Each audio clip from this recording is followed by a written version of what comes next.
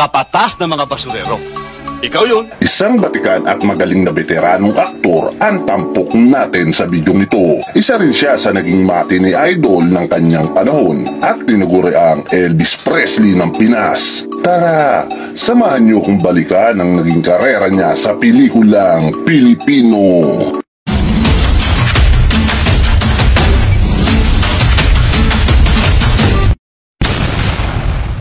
Kung isa ka sa mga panatiko ng pelikulang Pilipino, malamang kilala mo din siya dahil magaling siyang gumanap kahit bida o kontrabida man ang papel na ibigay sa kanya. Siya ay si George Eduardo Piquet Gutierrez o mas kilala natin sa Eddie Gutierrez. Ipinanganak noong February 6, 1942 sa Manila. Naging makulay ang buhay pag-ibig ng ating bida. Iba't ibang nagagandahang artista ang inuugnay at naging karelasyon niya, gaya ni Amalia Puentes, Lisa Lorena na ina ni Tonton Gutierrez, Pilita Corrales na ina ni Ramon Christopher na pawang mga artista din, at ang kasalukuyan na si Ana Villarama na may 6 na anak na sina Rupa, Rocky, Elvis, Raymond, Richard at Richie Paul na ang iba ay sumunod sa yapak ng kanilang magulang na kapwa artista. Si Eddie Gutierrez ay unang nakita sa pelikulang Bakas ng Alipin noong 1955 kung saan siya ay gumanap lamang sa maliit na role sa pelikulang ito. Nagpatuloy siya sa pagganap bilang extra sa LBN Pictures at Sampaguita Pictures at nakasama sa Medalyong Perlas, Prinsesa Gusgusin at marami pang iba. Ang kanyang matikas na tindig at gandang lalaki ang naging daan para mapansin siya ng mga boss ng Sampaguita Pictures at mabigyan ng pagkakataon na lumabas sa mas malaking role. Siya ay naging pangunahing tampok sa pelikulang Handsome noong 1959 at ang pelikulang Kaming Makasalanan noong 1960. Ang kanyang kauna-unahang pinagbidahang pelikula ang Eddie Longlegs noong 1964 at dito nakasama niya ang magaling na komedyanteng si Panchito.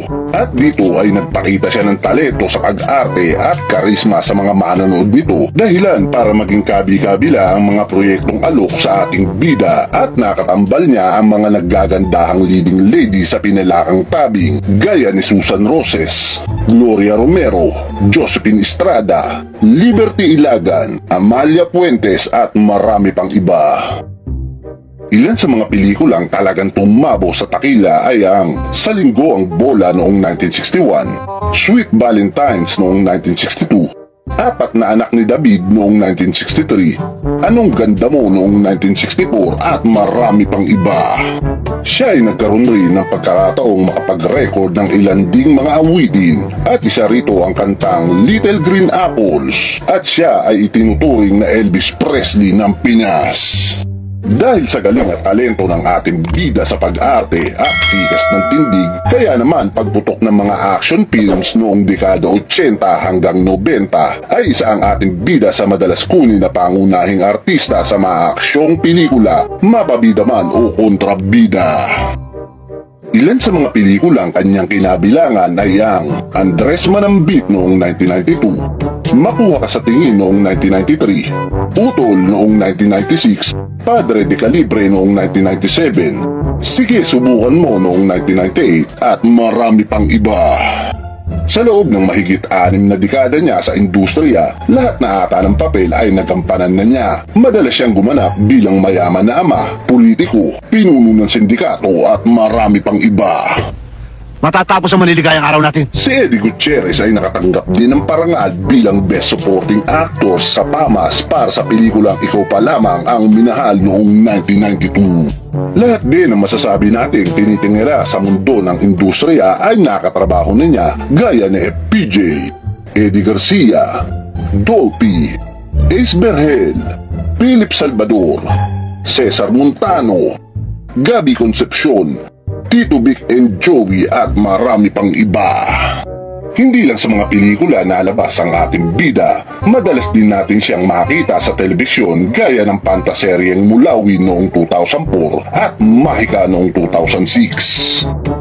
May mga pagkakataon na ang ating bida ay pansamantalang nawala sa eksena. Siya at ang kanyang pamilya ay nanirahan sa Estados Unidos. Subalit kalaunan ay nagbalik din sa Pilipinas para ipagpatuloy ang kanyang karera sa industriya.